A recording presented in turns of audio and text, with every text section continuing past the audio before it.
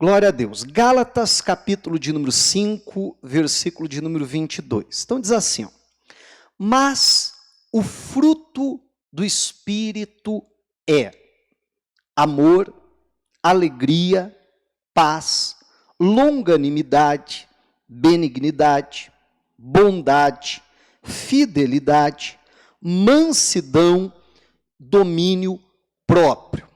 Contra essas coisas não há lei. Então, como eu falava há pouco, nós temos nos debruçado aqui sobre esse texto, já é o segundo domingo que a gente trata sobre esse assunto, e eu quis trazer esse assunto também para quarta-feira. Eu acho que faz todo sentido se nós tivermos essas, vou assim chamar, qualidades do Espírito, se nós tivermos esses hábitos do Espírito, então com certeza a nossa vida vai ser uma bênção e vamos fazer com que a vida de todas as pessoas que estão na nossa volta também sejam abençoadas. Amém? E como nós aprendemos aqui no domingo, que está até gravado esse culto, caso alguém não tenha assistido, a gente falava disso domingo passado, é que nós precisamos entender essa lista, né, de trás para frente. Nós precisamos entender que há uma ordem aqui e que ela está colocada assim porque Paulo está olhando de fora para dentro, de tal maneira que o último fruto, ou melhor, o primeiro fruto da lista dele, no caso é o último fruto a ser formado. Eu explicava que era como se fosse um fruto feito de camadas, aonde o primeiro está lá, o domínio próprio, a perseverança, a segunda camada, a mansidão, fidelidade, até chegar, e eu batia bastante isso no domingo, o ápice da vida cristã, o ápice do caráter cristão, que é justamente o amor. Então hoje eu quero começar, né, nessa perspectiva da lista de trás para frente, falando do último da lista, que precisa ser o primeiro a ser desenvolvido na nossa vida, que é o domínio próprio, ou como diz algumas outras traduções, a temperança. O que vem a ser, então, isso, domínio próprio, ali a temperança, né? O termo grego utilizado aqui é justamente, eu não lembro a pronúncia correta, mas ela quer dizer autocontrole. Né, é a capacidade de dominarmos, então, as paixões, os desejos, né? Paixões e desejos, obviamente, aqui carnais, né? Daquele domínio da carne. Então, você perceba, como eu explicava até mesmo domingo, esse é justamente o primeiro, porque quando nós não éramos de Cristo, vivíamos no mundo, meu irmão, a gente era dominado pela carne. Como a Bíblia diz, seguíamos ali o curso deste mundo. O que a carne queria, desejava, nós simplesmente não conseguíamos nos controlar e nos rendíamos, então, àquele desejo, àquela vontade. Mas quando nós aceitamos Jesus como nosso Salvador, e se alguém não fez isso ainda, está perdendo tempo e deve aceitar Jesus o quanto antes, disso depende a sua salvação, a primeira coisa que nós recebemos é a capacidade, então, de dizer não ao pecado, de dizer não às tentações, de dizer não, né, à nossa carne, ao desejo carnal. Então não tem, como eu explicava domingo, não tem como eu viver o amor se eu não viver o domínio próprio. Não tem como eu viver a mansidão, ou a alegria, ou a paz, se eu não consigo sequer me controlar, se eu não tenho autocontrole, se eu não consigo sequer, né, dizer não às tentações, às paixões e assim por diante. Então, eu explicava aqui no outro culto pela manhã, meu irmão, que trazendo isso para o aspecto da casa, do lar, da família, nós precisamos ter o autocontrole, o domínio próprio, ou a temperança, todos eles são sinônimos. Porque, meu irmão, nem sempre a coisa sai do jeito que a gente quer. Todo mundo lá da família pensa igual? Não. De vez em quando sai umas faíscas, assim, uns excessos de comunhão. Sai ou não? Sai. Toda a família, né, passa por isso. Na verdade, não só a família, onde se ajunta 2, 3 pessoas, né, sempre tem alguém pensa diferente e tal. E nunca a coisa, né, é perfeita. A gente está falando de seres humanos, como eu gosto de falar, são falhos. Então, sempre vai haver ali uma faísca, como eu gosto de brincar, e se nós não tivermos o autocontrole, uma coisa fica difícil. Né? Porque, na verdade, um familiar que não tem o autocontrole, você me perdoe usar esse termo, mas é verdade, ele inferniza uma casa. Ele inferniza um casamento. Ele inferniza a vida dos familiares.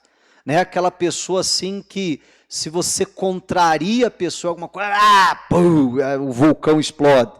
Né? Se você fala alguma coisa que a pessoa não gostou, e aí, né, eu sempre uso esse exemplo assim, sabe? Aí você vai tratar com a pessoa, você tem que pisar nos ovos. Ai, será que não vai se ofender? Será que não vai ficar bravo? Será que não sei o quê? Né? E como é terrível a gente ter que tratar com alguém dessa forma, principalmente quando é na nossa casa, nossa família.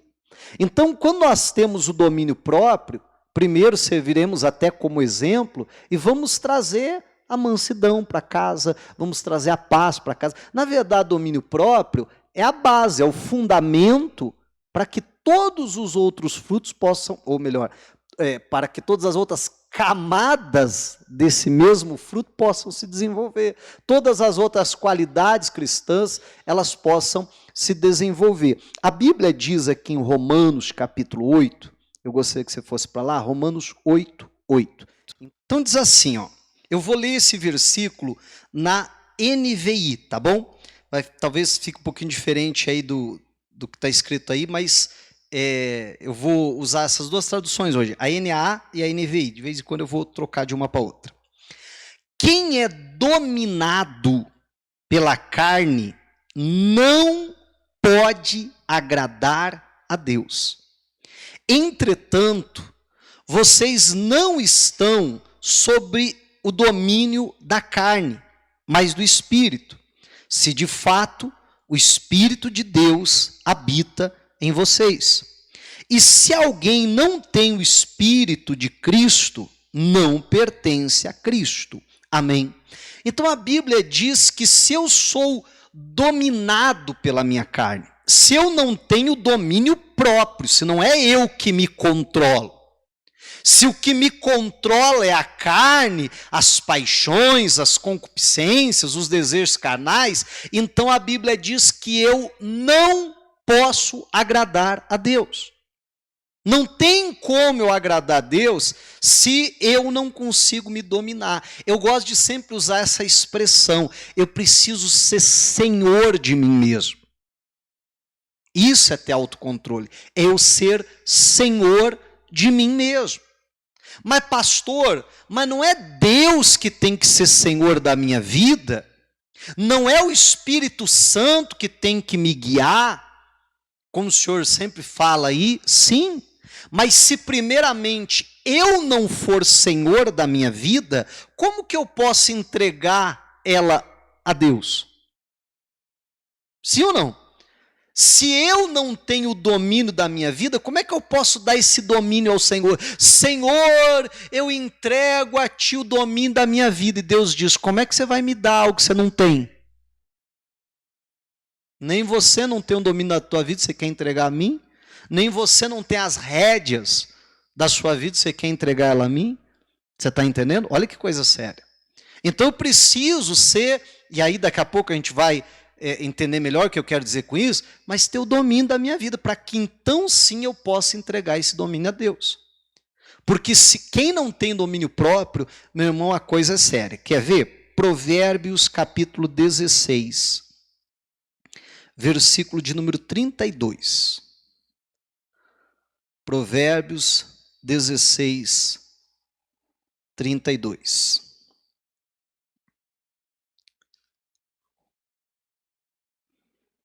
Aí estou voltando para a NAA. Diz assim, ó, é melhor ter paciência do que ser herói de guerra. Lembrando que paciência também é um lá das camadas do fruto do Espírito. O que domina o seu espírito é melhor do que o que conquista uma cidade. Pensa comigo, olha só. Eu posso, de um lado, dominar a mim mesmo, dominar o meu espírito. Do outro lado, eu posso dominar uma cidade inteira. E aí a Bíblia diz, melhor é aquele que consegue se dominar do que aquele que consegue dominar uma cidade inteira, conquistar uma cidade inteira, ter o governo de uma cidade inteira. E aí, muitas vezes, se a gente olhar para isso com um olhar carnal, você vai dizer assim, mas como é que pode? Como assim é melhor eu controlar uma única pessoa, a mim mesmo, do que eu controlar, dominar, conquistar uma cidade toda? Não, conquistar uma cidade toda é muito melhor. E a Bíblia diz que não é, que é melhor eu dominar a mim mesmo. Por quê? Aí você vai um pouco à frente e vai para Provérbios 25, versículo 28. Olha o que a Bíblia diz aqui. Diz assim, ó, como cidade derrubada que não tem muralhas, assim é aquele que não tem domínio próprio. Primeiro lugar, eu vou comparar o versículo 25, o provérbio aqui do capítulo 25 com o provérbio do capítulo 16. O do 16 diz, né, é melhor você dominar o seu espírito, você mesmo, do que dominar uma cidade inteira. Aí o 25, 28 diz, assim como uma cidade que está com os muros derrubados, que não tem muralha, assim é o homem que não tem um domínio próprio. Então, não, em vez de eu dominar a mim mesmo, eu prefiro dominar uma cidade. Beleza, conquistei a cidade, eu vou perder essa cidade, porque eu não tenho domínio próprio. E aquele que não tem domínio próprio é como uma cidade sem muro, desguarnecida, que é roubada a qualquer hora, a qualquer momento, porque não tem defesas. Vamos entender, as muralhas de uma cidade, ainda hoje, um muro de uma casa é isso, né? Uma proteção, uma defesa. Naquela época, muito mais. As muralhas de uma cidade era que guardavam, era proteção, para que o inimigo não entrasse. Agora, imagine você uma cidade sem muros, qualquer ataque do inimigo conseguia lograr êxito, conseguia entrar ali na cidade, destruir, saquear, enfim, fazer o que a má intenção dos inimigos quisesse. Assim é a pessoa que não tem domínio próprio. Meu irmão, basta o diabo enviar uma tentação, a pessoa cai. Basta o diabo usar alguém para provocar a pessoa, ela sai do espírito. Basta, você está entendendo? Qualquer coisa sair do controle, basta o diabo utilizar uma situação, mexer numa circunstância, que sai daquilo que a pessoa planejou, pronto, a pessoa perde a estribeira. Eu gosto de dar esse exemplo. Às vezes a pessoa está lá no seu carro, dirigindo, ligou até um louvor, ou está até cantando, né? Lá uma presença de Deus gostosa, os anjos nadando de braçada para lá e para cá, o Espírito Santo fluindo, assim, a pessoa está quase no céu já, né, dirigindo e cantando, bom é estar te servindo. Aí o diabo diz aquilo, não, essa pessoa está muito na presença de Deus, está muito em paz. Basta usar um perturbado para fazer uma barbeiragem, dar uma buzinada, xingar a pessoa. O que acontece? Pronto, o Espírito Santo sai dali, mas na mesma hora, o anjo que estava nadando, assim, sai daqui. Por quê? Porque se a pessoa não tem domínio próprio, né, você está entendendo? Estava ali naquela presença, você é o perturbado. Perturbado é assim, ainda xingamento de crente, né? Porque geralmente sai algo bem pior, né? Seu endemoniado, que não sei o quê. Às vezes já sai logo um palavrão e está pronto, acabou a presença de Deus. Seu fariseu, essa é boa. Então pronto, já some a presença de Deus na hora. Você está entendendo? É como um muro, uma cidade sem muro. né? O diabo usa um familiar, usa alguém para dar uma resposta atravessada, a pessoa já se chateia, já fica triste e tal, já fica abatida. Então, é isso, é uma cidade sem proteção. Agora, quando a gente tem um domínio próprio, né, então a nossa cidade está protegida, a nossa vida está protegida, aquilo que a gente conquista está protegido. Amém? Por isso que é tão importante o domínio próprio. Eu quero chamar a atenção a respeito de fiz assim, mas é quatro coisas que a Bíblia fala que nós precisamos controlar. Provavelmente existam mais coisas, a gente precisa controlar, na verdade, tudo, ter o autocontrole de uma forma geral. Né? Até no que diz respeito a apetite, até no que diz respeito ao consumismo, né? Tem gente que o consumismo já dominou a pessoa, estoura o cartão e se endivida e tal. Não, eu tenho que comprar, eu tenho que ter, não é assim? Né? Então, obviamente, o autocontrole precisa ter em tudo na nossa vida. Em todas as áreas da nossa vida. Mas 4 coisas, como eu dizia, que a Bíblia chama muito a atenção, que nós precisamos, então, ter. A primeira delas, que eu quero escorrer um pouquinho hoje, está aqui em 1 Tessalonicenses 4:4. A gente está folhando bastante a Bíblia para lá e para cá, mas porque eu tenho pincelado um versículo daqui e outro de acolá. Então, 1 Tessalonicenses 4:4 diz que cada um de vocês saiba controlar o seu próprio corpo em santificação e honra, não com desejos imorais, como os gentios que não conhecem a Deus. Se você pegar o contexto, no versículo 3, por exemplo, a Bíblia está falando da prostituição. Está condenando a prostituição, está falando que a gente precisa ser santo. Mas eu acho interessante o que é abordado aqui, né? Então a Bíblia diz que cada um de nós precisa controlar, precisa dominar o nosso próprio corpo. E aí diz, né, o finalzinho, diz, não com desejos imorais, como os gentios que não conhecem a Deus. Quando eu leio esse versículo, sabe que a forma que eu vejo é Paulo dizendo assim, pessoal, vocês são crente, não é isso? Não vamos agir como aqueles que não conhecem a Deus, como os gentios. Gente, vocês são crente, haja como crente, haja como tal. Domine o seu corpo. E aqui entra, como eu dizia, né, ou como a própria Bíblia já está falando, a santificação, no sentido de fugir da prostituição, de fugir dos desejos sexuais, obviamente que os desejos errados, né, obviamente que os desejos ilícitos, porque o desejo dentro do casamento, obviamente que é algo bom, saudável, bíblico e abençoado. Amém? Mas sim desejos que fogem à moralidade cristã, ou ainda, né, no sentido de algo fora do casamento, fora ali daquilo que a palavra de Deus nos ensina. Mas precisa ser controlado. Controlem, que cada um saiba controlar o próprio corpo. E aí aquilo que eu falava há pouco, entra até num sentido, meu irmão,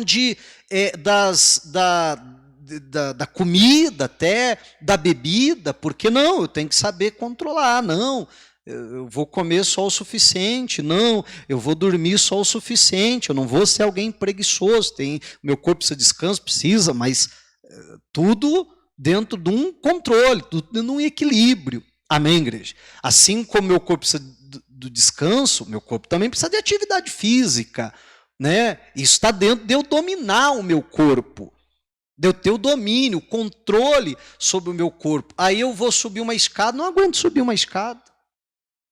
Será que eu estou tendo domínio, controle sobre o meu corpo? Não é verdade? Né? Eu não estou dizendo, obviamente, alguém que se machucou, alguma coisa assim, ou tem alguma impossibilidade, mas às vezes por conta do sedentarismo mesmo. Né? Então, a Bíblia está dizendo que eu preciso controlar o meu corpo. Esse é uma das coisas que precisam ser controladas. Outra coisa que a Bíblia diz, Provérbios 10, 19.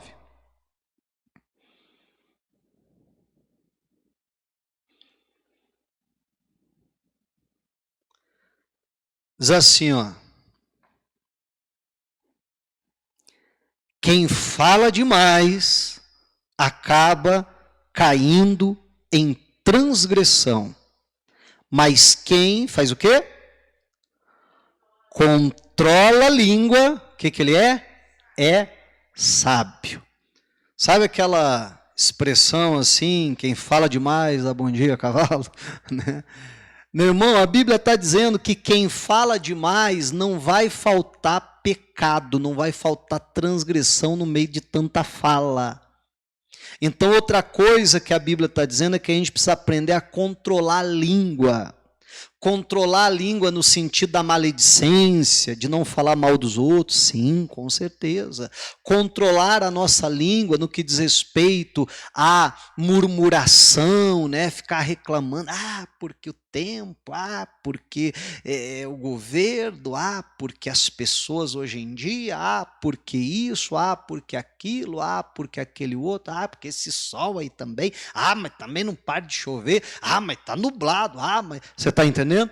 Né? Controlar, então, a nossa língua. Aquele que controla a sua língua, o que ele é? Sábio, diz a palavra de Deus. Engraçado que em Eclesiastes diz que o que não controla é tolo. Né? Então, o que controla é sábio, o que não controla a sua língua, então ele é tolo. Além disso, Tiago também fala sobre a língua, né? Tiago fala bastante sobre a língua, mas eu só vou pegar aqui, só um versículo, que é o Tiago 3:2, que diz assim, porque todos tropeçamos em muitas coisas. Se alguém não tropeça no falar, é um indivíduo perfeito, capaz de refrear também todo o corpo. Há pouco a gente falou de controlar o corpo, né? E Tiago diz, rapaz, se você consegue controlar a língua, o corpo vai ser mole. Né? Olha que coisa séria. Então é mais difícil controlar a língua do que controlar o corpo. É como eu dizia, da maledicência, como eu dizia, das murmurações, né? Mas muitas vezes de falar coisas que não condiz com a palavra de Deus. Porque eu estou doente. Porque eu estou enfermo. Porque eu sofro. Eu sou pobre, mas sou limpinho. E assim vai. E a pessoa começa a atrair, então, certas maldições, vamos assim chamar, para a sua vida. Porque a Bíblia diz que a vida e a morte estão no poder da língua. Em vez de eu abençoar com a minha língua, eu amaldiçoo. É justamente isso que Tiago fala mais para frente. Ele diz, com a mesma língua nós bendizemos a Deus e amaldiçoamos o nosso irmão. Ele diz, não pode ser assim. Uma fonte não pode proceder água doce e daqui a pouco água salgada. Ou é uma coisa ou é outra. Assim também precisa ser a nossa língua. E não só para abençoar os outros, mas para abençoar até mesmo a nossa própria vida, em nome de Jesus. Então precisamos aprender a controlar a língua, e não só no aspecto da maledicência, não só no aspecto da murmuração, não só no aspecto de falar algo que está contrário à palavra de Deus, mas até mesmo no quanto falar. A Bíblia diz, todo homem seja tardio para falar, tardio para se irar. Amém? Perdão, começa assim, pronto para ouvir, né? Pronto para ouvir, tardio para falar e tardio para se irar. Eu lembro de uma professora minha lá sei lá de que ano que era, mas eu era criança ainda, bem novinho, e um dia a turma estava lá fazendo bagunça, ela parou e falou assim, vocês sabem por quê? Deus nos deu 2 ouvidos e uma boca só.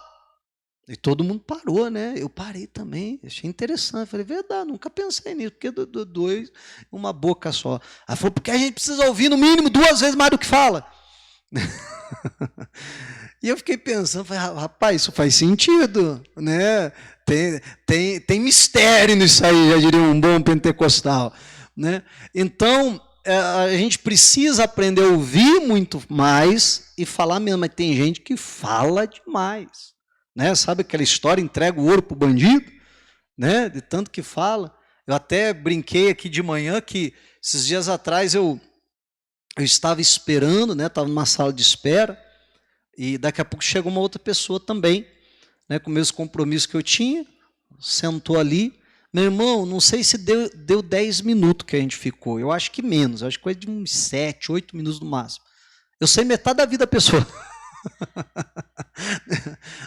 Nunca vi na vida, mas sei metade da vida da pessoa. Situações da rotina da casa, situações dos familiares, situação do casamento, situação disso, daquilo. Então, quer dizer, claro que eu não vou usar aquelas informações para o mal. Alguém pode usar essas informações para o mal? Você está entendendo? Então, olha só que coisa séria, né? Às vezes a pessoa, sem perceber, está entregando ouro para o bandido. Por quê? Porque acaba falando demais. O sábio, ele sabe refrear, controlar a sua língua. Outra coisa que nós precisamos aprender a controlar, Provérbios também, 29, 11. Eu até esqueci de deixar marcado Provérbios, né? Que a gente está voltando toda hora para lá. Mas vamos lá. Provérbios 29, 11. Diz assim: o tolo derrama toda a sua ira, mas o sábio se domina e a reprime. É interessante isso aqui, porque a Bíblia mesmo diz, né? Irai-vos, mas não pequeis. Meu irmão, Deus sabe que de vez em quando a ira vai vir. Vem ou não vem? Meu irmão, você já parou para pensar que a Bíblia fala da ira de Deus? Se o próprio Deus fica irado, ele não vai condenar que a gente fique. O que a Bíblia condena é a gente ser iracundo, isso sim. Que é aquela pessoa que se ira com facilidade. Qualquer coisa, a pessoa está irada, né? Aí a Bíblia condena, isso inclusive é obra da carne. Mas, uma situação ou outra, você se irar com algo, porque veja só, a ira de Deus mesmo é um reflexo do amor dele por nós. Deus só fica irado porque Deus nos ama. E muitas vezes a nossa ira também é um reflexo do amor. Vamos supor que alguém faz um mal contra a tua família, o que acontece? Ah, você vai ficar irado, mas na hora, sim ou não? Por quê? Porque é um reflexo do amor que você tem pela sua família, né? E às vezes até não é contra alguém que fez algo, às vezes é contra o familiar, né? Que também muitas vezes acontece, que não deixa de ser um reflexo do amor que você tem com aquela pessoa, que você confia, que você deposita, daqui a pouco a pessoa falha contigo e muitas vezes a ira se acende. Só que a Bíblia diz: irai-vos, mas não pequeis. Você ficou irado? Então agora domine essa ira. Refreie, como está dizendo aqui, essa ira. Em Eclesiastes, que está logo à frente aí, Eclesiastes 7, 9, diz assim, ó: não se apresse em ficar irado, porque a ira se abriga no íntimo dos tolos. Ou a NVI traduziu assim ainda: não permita que a ira domine depressa o seu espírito, pois a ira se aloja no íntimo dos tolos. Amém, igreja? Então nós precisamos não ser dominados pela ira, antes pelo contrário, dominar a nossa ira. E aí vamos falar a verdade, no momento da ira é fácil dominá-la? Mas a gente precisa aprender a dominar, porque se a gente não dominar a ira, meu irmão, a gente vai errar na medida.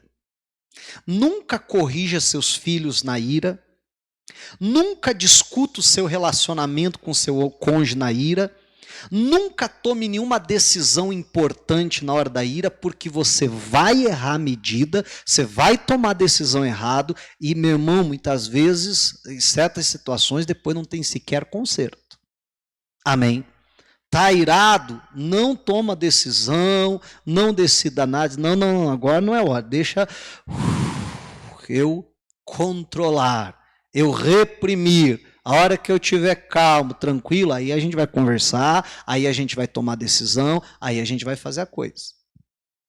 Por que que a maioria das discussões de casal vão se inflamando tanto?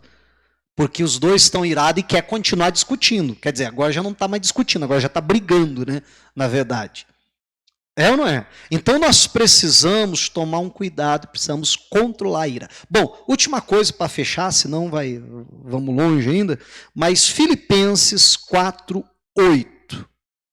A última coisa que eu quero chamar a atenção hoje que nós precisamos controlar. Filipenses 4:8.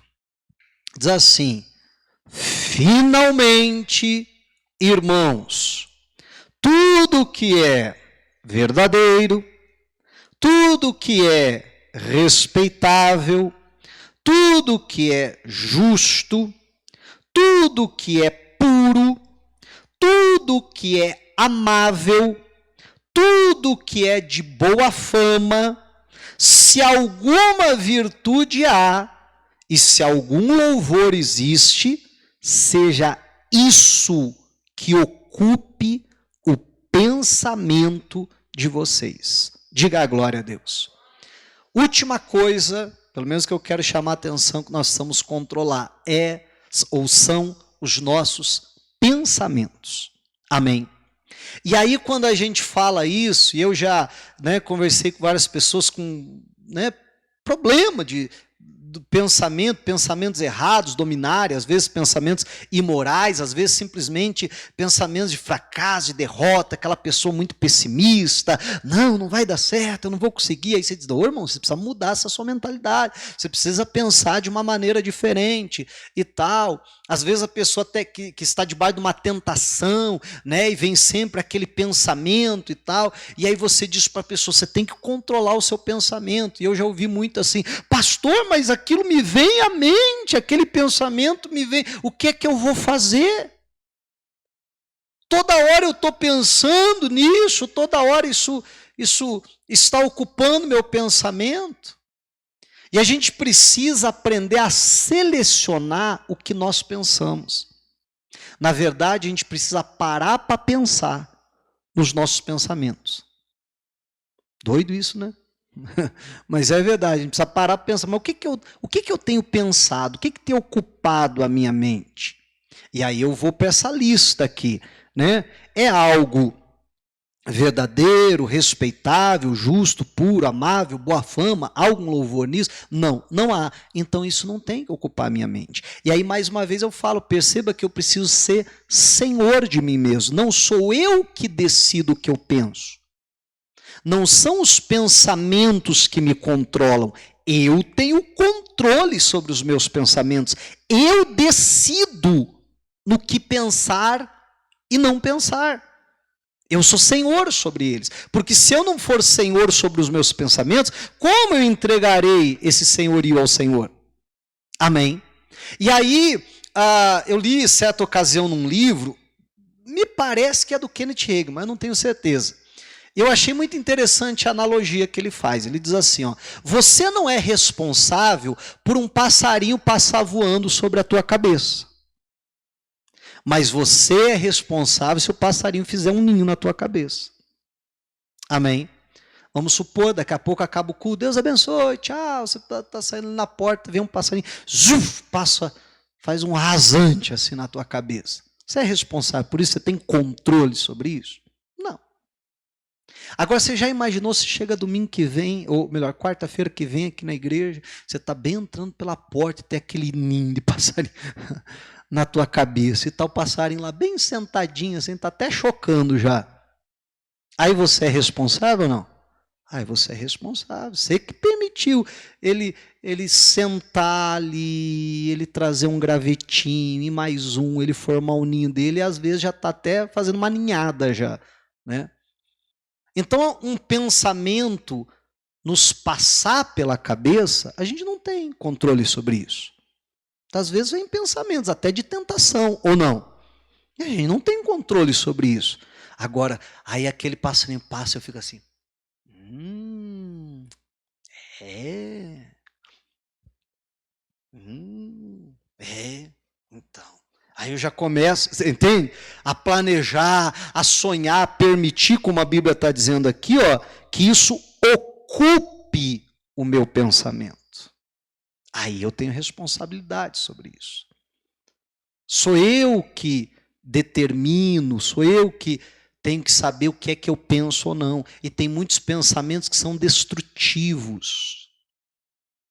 Tem muitos pensamentos que só nos colocam para baixo. Eu tenho certeza que isso já aconteceu com todo mundo aqui, mas várias vezes eu já me peguei assim, pensando nas gafes que eu já cometi na vida. Você já cometeu umas gafes feias, né? Eu já. E aí assim, às vezes eu fico... eu recordo várias vezes de ficar pensando, rapaz, mas como eu fui burro, rapaz do céu, como é que eu dei uma dessa? Não, sem contar aquela outra vez que eu ainda fiz pior ainda.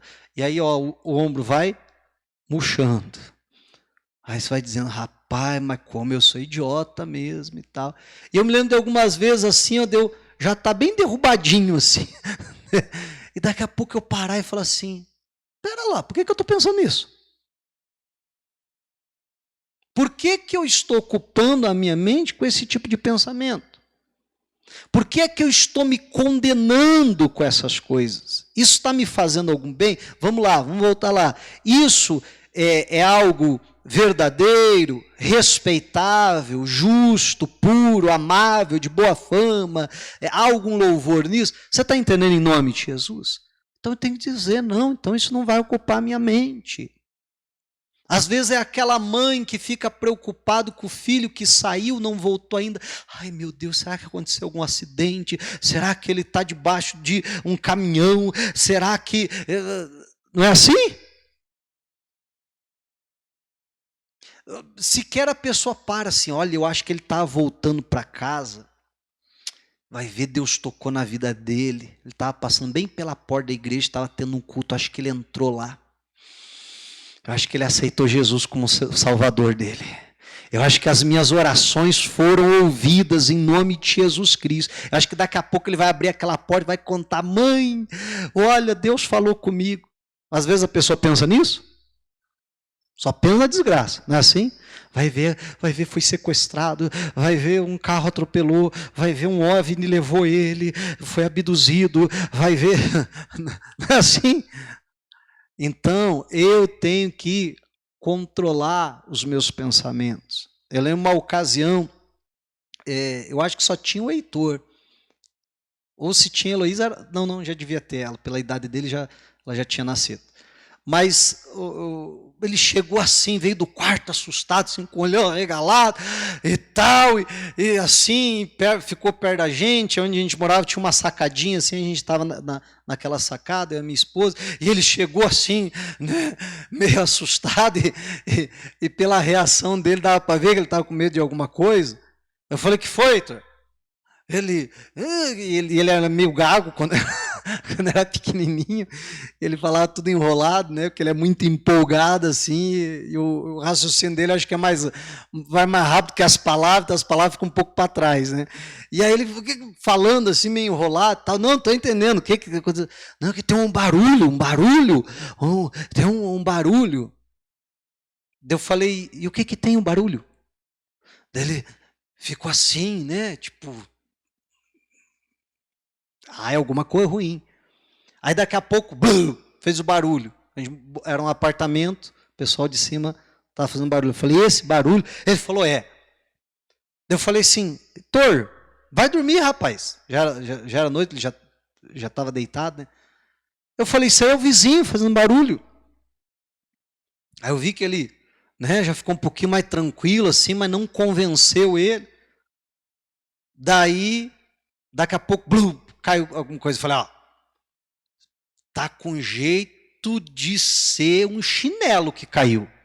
Aí ele começou a dar risada, né? Daqui a pouco caiu outra coisa. Daí ele falou assim, eu acho que agora foi uma vassoura. Eu falei, deve ter sido. Eu acho que é uma vassoura mesmo. Presta atenção, vamos ver agora o que cai. E tal. Daqui a pouco, eu acho que agora mexeram uma cadeira. E aí começaram a brincar com aquilo e tal. Né? E aí, eu falei, vai dormir e tal. Daí ele foi dormir tranquilo. Daí estava lá, fazia barulho, ele pensava, é o monstro. Não, agora, né, pensava diferente. E antes dele deitar, eu falei assim, olha, você tem que aprender a usar os teus pensamentos a teu favor e não contra você. Você ouviu um barulho e está imaginando os piores tipos de coisa possível. E aí a sua mente trabalha contra você, fazendo você ficar com medo e etc. Se você aprender a colocar a tua mente trabalhando em seu favor, você não vai ter esse problema. Então você ouviu algo, por exemplo, um barulho, em vez de você pensar o pior, pensa o melhor, deixa a sua mente trabalhar em seu favor e não contra você. Né? Há pouco tempo atrás, aí, menos de um ano atrás, eu li um livro e eu achei muito interessante, que o autor falava, não era um livro de cristão, mas muito interessante, porque ele falando a respeito do pensamento, da nossa mente trabalhar a nosso favor ou contra nós, ele dizia que ele aprendeu com o pai dele também essa situação, ou pai de criação pelo menos, que quando você desejava algo, poxa vida, eu gostaria de conquistar tal coisa.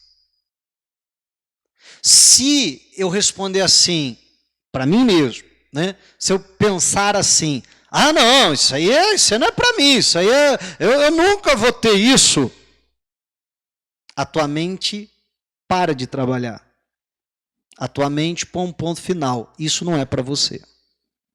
Ele diz, quando você faz a seguinte pergunta, o seguinte pensamento, o que é que eu preciso fazer para ter isso? Aí a sua mente, que é o computador, maior capacidade que existe, amém, começa a trabalhar então. O que é que eu posso fazer para ter isso? Enquanto o primeiro tipo de pensamento te trava, te impede de ir em frente, dá o assunto por encerrado, o segundo tipo de pensamento põe o teu cérebro a trabalhar em seu favor. Os pensamentos, você está entendendo? A trabalhar em seu favor. A gente precisa aprender a usar isso aqui. E para isso, precisamos dominar os nossos pensamentos. Amém? Diga a glória a Deus e vamos aplaudir Jesus.